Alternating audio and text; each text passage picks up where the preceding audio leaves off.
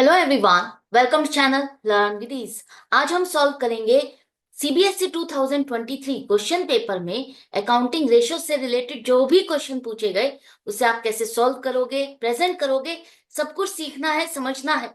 तो मेरे साथ एंड तक बने रहना। ऑनलाइन क्लासेस के लिए आप मुझे स्क्रीन पर दिए गए नंबर पर व्हाट्सएप कर सकते हो अपना नाम और क्लास। और अगर आप सॉल्यूशन ढूंढ रहे हो टीएस ग्रेवाल और DK Goyal new edition book के, तो चैनल की प्लेलिस्ट को क्लिक करो, आपको सभी सॉल्यूशन अपलोडेड मिलेंगे। कम्युनिटी सेक्शन में एमसीक्यूज मिलेंगे क्विज की फॉर्मेट में, और एमसीक्यूज के सॉल्यूशंस हैं शॉर्ट्स में। तो बहुत कुछ है चैनल पर, विजिट द चैनल। अच्छा लगे तो शेयर और सब्सक्राइब जरूर करना। क्वेश्चन में दिया है कि आपको ग्रॉस प्रॉफिट रेशियो कैलकुलेट करनी है इस इंफॉर्मेशन के बेस पर। तो ग्रॉस प्रॉफिट रेशियो का फॉर्मूला है gross profit upon net sales. ये दो चीजें हमें चाहिए, तो कैसे निकालें? सबसे पहले देखो आपको क्या क्या दिया हुआ है।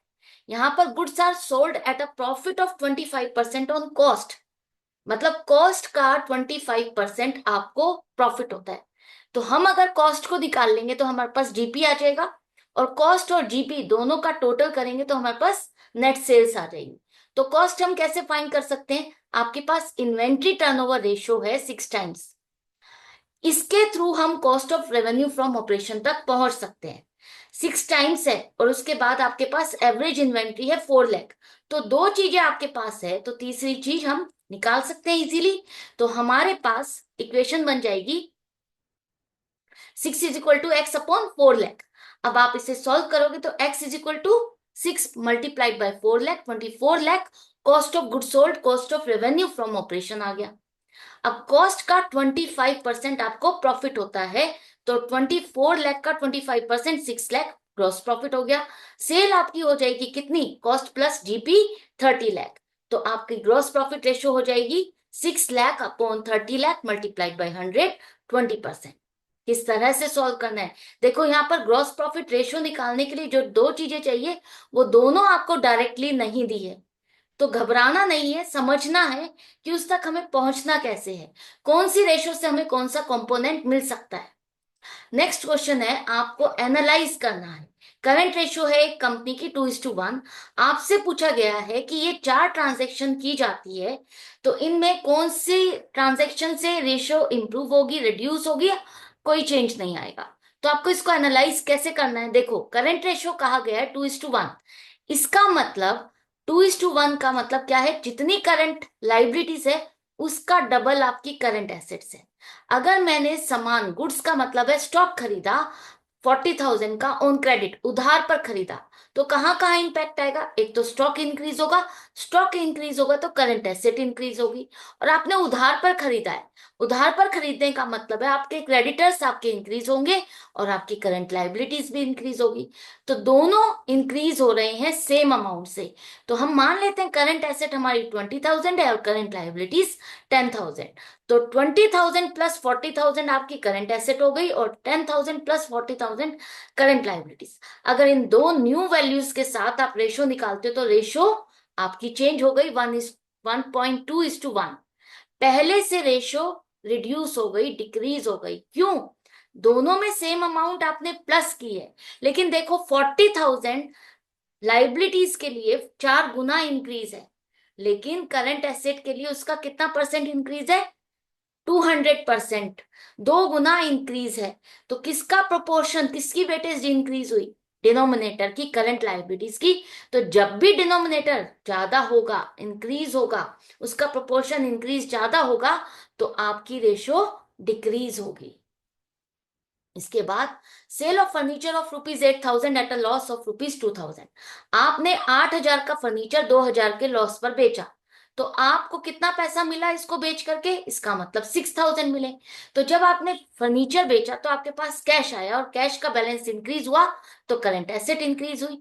आपने फर्नीचर बेचा तो आपकी फिक्स्ड एसेट डिक्रीज हुई है, जिसका आपकी करंट एसेट या करंट लाइबिलिटीज पर कोई इंपैक्ट नहीं आएगा। तो यहां पर देखो, सिर्फ करंट एसेट इंक्रीज हो गई है 26,000, रेशियो अब आपकी इंक्रीज हो जाएगी, क्योंकि आपकी सिर्फ और सिर्फ करंट एसेट इंक्रीज हुई है, लाइबिलिटीज पर कोई चेंज नहीं है। तो न्यूमरेटर जब भी चेंज होगा, जब ऊपर वाला नंबर इंक्रीज होगा तो इसका वेटेज इंक्रीज होगा, तो रेशियो इंक्रीज होगी। इसके बाद नेक्स्ट है cash received from trade receivables ₹15,000। Trade receivables का मतलब क्या है, डेटर्स या बिल्स रिसीवेबल, उनसे अगर आपको पैसा मिला तो कहाँ कहाँ इंपैक्ट आएगा, कैश रिसीव कर रहे हो तो कैश का बैलेंस इंक्रीज होगा, करंट एसेट इंक्रीज होगी। और पैसा अगर आपको आपके डेटर्स से मिल गया तो आपके डेटर्स डिक्रीज हो जाएंगे, तो करंट एसेट भी डिक्रीज हो जाएगी। तो कहाँ इंपैक्ट आया, आपका करंट एसेट पर ही इंपैक्ट आया। और मान लेते हैं 15,000 प्लस हुए और 15,000 माइनस हो गए, तो करंट एसेट तो वैसे की वैसी रही। तो करंट एसेट और करंट लाइबिलिटीज दोनों ही सेम है, तो कोई चेंज नहीं आएगा ratio, no change in the ratio. क्यों? क्योंकि करंट एसेट और करंट लाइबिलिटीज की वैल्यूज सेम है, कोई चेंज नहीं आया। आपने इक्विटी शेयर्स इशू किए 6 लाख रुपीस के, तो जब भी आप पब्लिक को शेयर्स इशू करते हो तो क्या मिलता है आपको, कैश मिलता है। बैंक का बैलेंस इंक्रीज होता है, तो बैंक का बैलेंस क्या है, करंट एसेट है, करंट एसेट इंक्रीज होगी। और आपके शेयर कैपिटल इंक्रीज होगी, तो शेयर कैपिटल इंक्रीज होने से शेयर होल्डर्स फंड इंक्रीज होगा, इक्विटी इंक्रीज होगी। आपकी करंट लाइबिलिटीज पर कोई चेंज नहीं आएगा। तो आपकी करंट एसेट आपकी पहले से कितनी ज्यादा हो गई, 6,20,000 हो गई। करंट लाइबिलिटीज में कोई चेंज नहीं है, तो रेशो बहुत इंक्रीज हो जाएगी। क्यों? क्योंकि न्यूमरेटर आपका चेंज हो रहा है, न्यूमरेटर आपका इंक्रीज हो रहा है। ये चारों ट्रांजैक्शंस आपको कैसे एनालाइज करनी, आई होप आपको समझ में आ गया। जितनी प्रैक्टिस करोगे उतना आप इजीली इसको प्रेजेंट कर पाओगे, इजीली आप इसको लिख पाओगे। इसके बाद नेक्स्ट क्वेश्चन है, आपसे कहा है कि आपको रेवेन्यू फ्रॉम ऑपरेशन निकाल के देना है, कैलकुलेट करना है। दो पार्ट है इस क्वेश्चन में। तो इस क्वेश्चन के फर्स्ट पार्ट में आपको नेट सेल्स कैलकुलेट करनी है। कैसे कैलकुलेट करें, हमारे को कहा है कि कॉस्ट का 25% आपको प्रॉफिट होता है। रेशियोज दी हैं, क्विक रेशो और current ratio, inventory turnover ratio दी है। अब यहां पर देखो हम क्या कर सकते हैं, कैसे निकाल सकते हैं।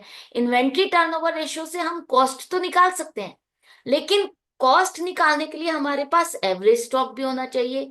तो एवरेज स्टॉक की इंफॉर्मेशन भी नहीं है, लेकिन हम निकाल सकते हैं। कैसे निकाल सकते हैं, देखो करंट रेशो है आपकी 2:1, मतलब जितनी करंट लाइबिलिटीज है उसकी डबल आपकी करंट एसेट है। तो इसका मतलब अगर करंट एसेट 8 लाख है तो आपकी करंट लाइबिलिटीज क्या हो जाएगी, अगर मैं कह रही हूं करंट लाइबिलिटीज की डबल करंट एसेट है, तो इसका मतलब करंट लाइबिलिटीज इसकी आधी हो जाएगी। 8 लाख को डिवाइडेड बाय 2 करोगे तो करंट लाइबिलिटीज 4 लाख आपके पास आ गई। अब क्विक एसेट क्विक रेशियो क्या है, quick asset upon current liabilities. तो करंट लाइबिलिटीज का 1.5 टाइम्स आपकी क्विक एसेट है, 6 लाख हो गई। और आपको पता है नॉर्मली करंट एसेट और क्विक एसेट का डिफरेंस क्या होता है, इन्वेंट्री होती है, स्टॉक होता है। तो हमारे पास स्टॉक आ गया है 2 लाख रुपीज। ये जो 2 लाख रुपीज आपके पास आया है, जब भी आप करंट रेशियो के थ्रू, क्विक रेशियो के थ्रू आपको स्टॉक की वैल्यू मिलती है, वो क्लोजिंग स्टॉक होता है। तो ओपनिंग स्टॉक नहीं है, क्लोजिंग स्टॉक की वैल्यू है। तो हम इसी को ही एवरेज स्टॉक मान लेंगे। इसके थ्रू हम इन्वेंट्री टर्नओवर रेशियो में इस वैल्यू को पुट करेंगे।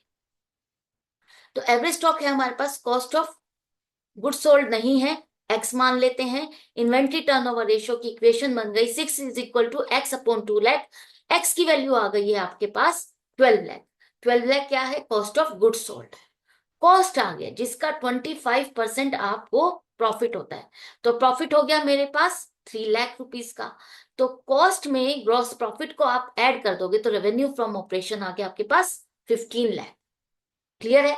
इसका ही दूसरा पार्ट आपको कैलकुलेट करना है, ऑपरेटिंग रेशो। ऑपरेटिंग रेशो का मतलब क्या है, cost of good sold plus operating expenses, इन दोनों को मिलाकर के आप ऑपरेटिंग कॉस्ट कहते हो। इसको divided by net sales multiplied by 100 करेंगे तो ये आपकी 60% है। तो इसमें पूछा है कि अगर हमने 20,000 का स्टॉक और खरीदा तो इससे हमारी ये रेशो इंक्रीज होगी, डिक्रीज होगी, या कोई चेंज नहीं आएगा, आपको ये बताना है। तो आप जब भी स्टॉक खरीदोगे तो कहाँ चेंज आएगा, आपकी कॉस्ट ऑफ गुड सोल्ड पर इंपैक्ट आएगा। कॉस्ट ऑफ गुड सोल्ड में हम क्या करते हैं, परचेजेस को ओपनिंग स्टॉक प्लस परचेजेस करते हैं माइनस क्लोजिंग स्टॉक करते हैं। तो परचेज आपने किया तो परचेजेस आपकी इंक्रीज हो जाएगी, और वो स्टॉक आपने यूज नहीं किया तो उससे आपका क्लोजिंग स्टॉक इंक्रीज हो जाएगा, है ना। तो प्लस करते हो आप 20,000 और माइनस करोगे क्लोजिंग स्टॉक को 20,000। तो कॉस्ट ऑफ गुड सोल्ड पर आपने प्लस और माइनस तो किया, लेकिन इम्पैक्ट या चेंज कुछ भी नहीं आया। तो जब चेंज कुछ भी नहीं आ रहा तो आपकी रेशो में कोई भी इम्पैक्ट नहीं आएगा, आपकी रेशो चेंज नहीं होगी। दोनों पार्ट अच्छे से समझ में आ गए क्वेश्चन के। पार्ट 4 में देखो, आपके पास है डेट इक्विटी रेशियो 2:1। आपसे पूछा है ये 4 ट्रांजेक्शन है, इसका इंपैक्ट क्या पड़ेगा आपकी रेशियो पर। तो पहली रेशियो है, पहली ट्रांजेक्शन है जहां पर आपने लोन रिसीव किया 1 लाख रुपीज का, जो कि आपको 5 साल बाद देना है। डेट इक्विटी रेशियो होती है हमारी long term debts upon share holders fund. तो 2:1 है। और लॉन्ग टर्म डेट पर क्या इंपैक्ट पड़ेगा लोन का? जब भी आप बैंक से लोन ले रहे हो 5 साल बाद पे करना है, तो वो आपकी लॉन्ग टर्म बोरोइंग्स इंक्रीज हुई है, डेट इंक्रीज हुआ है। और जब पैसा आपने लोन लिया तो पैसा आया, बैंक का बैलेंस इंक्रीज हुआ, तो करंट एसेट इंक्रीज होगी। तो आपकी रेशियो में से कौन से कॉम्पैक्ट पे कंपोनेंट पर इंपैक्ट आया? डेट वाले कंपोनेंट पर इंपैक्ट आया। लोन लेने से आपकी जो रेशियो के कंपोनेंट्स थे उससे डेट डेट जो थी वो इंक्रीज हो गई है। तो डेट में 1 लाख से इंक्रीज होकर के 3 लाख हो गई। अब रेशियो क्या हो जाएगी आपकी? 3 लाख अपॉन 1 लाख, 3:1। पहले से रेशियो इंक्रीज हो जाएगी। क्यों हो जाएगी? क्योंकि आपका जो डेट वाला कंपोनेंट है वो ही इंक्रीज हुआ है, बाकी इक्विटी में कोई चेंज नहीं आया। तो जब भी नुमरेटर इंक्रीज होगा तो आपकी रेशियो भी इंक्रीज हो जाएगी। सेकेंड ट्रांजेक्शन है जहां पर आपने मशीनरी खरीदी कैश में 1,50,000। अब आपकी इस ट्रांजेक्शन पे कहाँ कहाँ इंपैक्ट आया? कैश में आपने खरीदी मशीनरी। मशीनरी आपकी क्या है? फिक्स्ड एसेट है, नॉन करंट एसेट इंक्रीज होगी। और कैश का बैलेंस आपका डिक्रीज होगा, करंट एसेट डिक्रीज होगी। आपके इन दोनों कंपोनेंट पे तो कोई भी चेंज नहीं आया, कोई भी इंपैक्ट नहीं आया। तो रेशियो एज इट इज 2:1 रहेगी, क्योंकि बेड डेट सॉरी डेट्स और इक्विटी रिमेन्स सेम, कोई भी वैल्यू में चेंज नहीं है। इसके बाद नेक्स्ट है redeemed 9% debentures ₹1 lakh. 1 lakh rupees के डिबेंचर आपने रिडीम किए, मतलब रिपेमेंट कर दी। डिबेंचर्स आपके लॉन्ग टर्म बोरोइंग्स है, लेकिन जिस साल आप इसकी पेमेंट करते हो, जिस साल ये रिपेबल हो जाते हैं, पेमेंट करनी है आपको विद इन 12 मंथ्स, जिस साल आपको पेमेंट करनी है उस टाइम ये लॉन्ग टर्म लाइबिलिटी से निकल करके, लॉन्ग टर्म बोरोइंग से निकल करके कौन सी कैटेगरी में आ जाते हैं? करंट लाइबिलिटीज की कैटेगरी में आ जाते हैं। तो जब आप डिबेंचर्स की पेमेंट कर रहे हो और पेमेंट कर रहे हैं तो क्या होगा? अब आपकी करंट लाइबिलिटी डिक्रीज होगी, लॉन्ग टर्म लाइबिलिटी नहीं।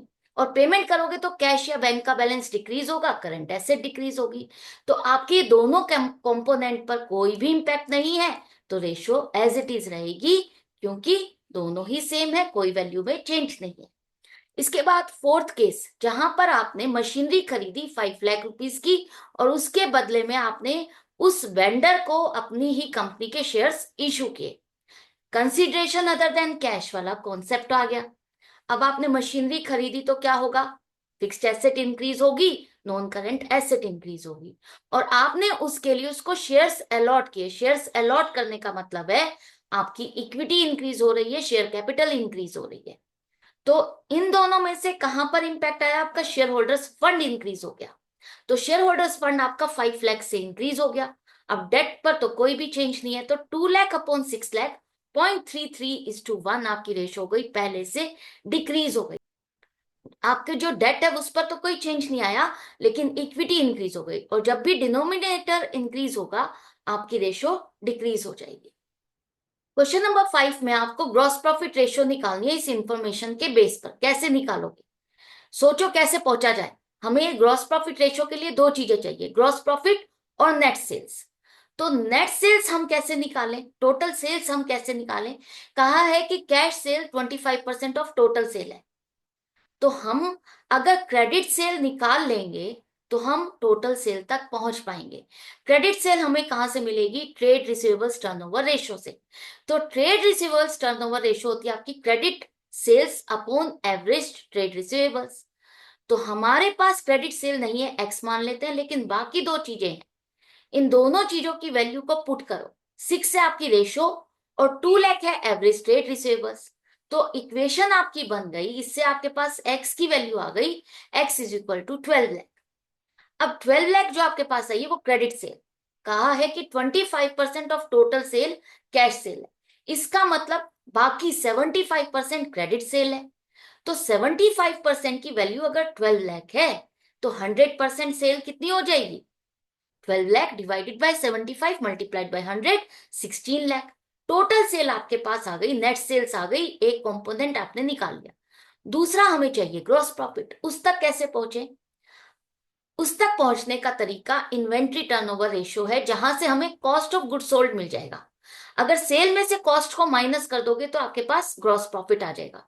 तो हम इन्वेंट्री टर्नओवर रेशियो की जो हमारे पास इंफॉर्मेशन है उसमें हम डाटा फीड करते हैं। Cost of good sold upon average stock है, तो एवरेज स्टॉक हमारे पास है 8 is equal to X upon 1,60,000। Equation बन गई आपकी। सॉल्व करोगे तो एक्स की वैल्यू क्या आ जाएगी?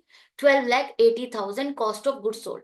अब जैसा कि मैंने कहा था, सेल में से कॉस्ट को माइनस कर दो तो जीपी आ गया 3,20,000। दोनों चीजें अब आपके पास आ गई, तो रेशो हम निकाल सकते हैं। रेशो हो जाएगी 3,20,000 अपॉन 16 लाख मल्टीप्लाइड बाई 100, 20%। तो आपने देखा, डायरेक्टली आपके पास कुछ भी नहीं है, लेकिन अगर आपको ये पता है कि किस रेशो में कौन सा कंपोनेंट है, उसके थ्रू हम किस तरह से इस रेशो तक पहुंच सकते हैं, तो वो सिर्फ और सिर्फ आप प्रैक्टिस से ही आप सॉल्व कर सकते हो। जितनी प्रैक्टिस करोगे आपके लिए क्वेश्चंस इजी होते जाएंगे। क्वेश्चन नंबर 6, जहां पर आपको working capital turnover ratio calculate करनी है। तो वर्किंग कैपिटल टर्नओवर रेशियो का फॉर्मूला हमारा है रेवेन्यू फ्रॉम ऑपरेशन, मतलब net sales upon working capital. Cost of revenue from operation हमारा 3,20,000 है। ग्रॉस प्रॉफिट रेशियो दी है 20%। ग्रॉस प्रॉफिट रेशियो क्या होती है? सेल की परसेंटेज, कि आपका 20% सेल का ग्रॉस प्रॉफिट होता है। तो अगर मैं ये जीपी निकाल लूं तो और कॉस्ट में ऐड कर दूंगी तो रेवेन्यू फ्रॉम ऑपरेशन आ जाएगा। लेकिन निकालें कैसे? यहां तो कॉस्ट दी है और जीपी आपका सेल पर है, तो आपको एज्यूम करना पड़ेगा कि सेलिंग प्राइस अगर 100 है तो इसका ग्रॉस प्रॉफिट 100 रुपए में मुझे 20 रुपए होगा। तो 100 में से 20 प्रॉफिट माइनस कर दोगे तो क्या बचेगा? कॉस्ट बचेगी 80 रुपीज की। टोटल कॉस्ट है मेरी 3,20,000, मतलब एक पीस को बनाने की कॉस्ट 80 रुपीज है। तो मैंने कितने पीसेस बनाए? 4,000 पीसेस बनाए, और उसको बेचने पर मुझे 100 रुपए मिलते हैं, तो इसका मतलब मेरी टोटल सेल हो गई 4 लाख रुपीज की। तो रेवेन्यू फ्रॉम ऑपरेशन मेरे पास आ गया, नेट सेल्स आ गई 4 लाख। करेक्ट। अब इसके बाद हमें चाहिए वर्किंग कैपिटल। वर्किंग कैपिटल तक कैसे पहुंचे? वर्किंग कैपिटल आपकी होती है current assets minus current liabilities. तो ये दोनों ही चीजें आपके पास नहीं है, लेकिन हम टोटल लाइबिलिटीज निकाल सकते हैं। देखो, यहां पर कैपिटल एम्प्लॉयड दिया और नॉन करंट एसेट दिया है, और दोनों ही डिफरेंट है। ना ही क्या करंट लाइबिलिटीज है, ना ही करंट एसेट्स है। तो हम मान के चलते हैं कि टोटल लाइबिलिटीज आपकी capital employed plus current liabilities तो होती है। तो कैपिटल एम्प्लॉयड तो है, लेकिन करंट लाइबिलिटीज इसका मतलब 0 है। तो 1 लाख आपकी टोटल लाइबिलिटीज है, जो कि आपकी टोटल एसेट के बराबर होगी। तो टोटल एसेट भी मेरी 1 लाख होगी। तो इसका मतलब 1 लाख में से नॉन करंट एसेट को माइनस कर दिया जाए तो क्या बचेगा मेरे पास? Current asset. तो करंट एसेट आ गई मेरे पास कितनी? 20,000 रुपीज। 20,000 करंट एसेट आ गई। करंट लाइबिलिटी 0 है, तो वर्किंग कैपिटल कितनी हो गई आपकी? 20,000। अब दोनों चीजें आपके पास आ गई, रेशो हो गई आपकी 4 लाख अपॉन 20,000, 20 टाइम्स। तो ये थे क्वेश्चंस। आई होप आपको बहुत अच्छे से समझ में आ गए हैं। इसी तरह से प्रैक्टिस करते रहो। जो PYQs हैं, जितने भी प्रीवियस ईयर के क्वेश्चंस हैं, उनको जितना प्रैक्टिस करोगे उतना ही आपका रिवीजन अच्छा होगा, कॉन्फिडेंस लेवल इंक्रीज होगा, कॉन्सेप्ट क्लियर होता जाएगा। इनमें सारे वही टिपिकल क्वेश्चंस हैं जो आपको डिफिकल्ट लगते हैं। तो रेशियोज में अगर आपने ये क्वेश्चंस कर लिए तो आप समझ लो कि आपके पास यही क्वेश्चन आपके एग्जाम में आने वाले हैं, और आप इसको इजीली सॉल्व कर सकते हो। तो आई होप ये कंपाइलेशन आपको अच्छा लगा होगा। अच्छा लगा है तो लाइक का बटन प्रेस करना मत भूलना, ज्यादा से ज्यादा फ्रेंड्स में शेयर करना। मिलते हैं नेक्स्ट वीडियो में नेक्स्ट क्वेश्चन के साथ। Good bye and take care.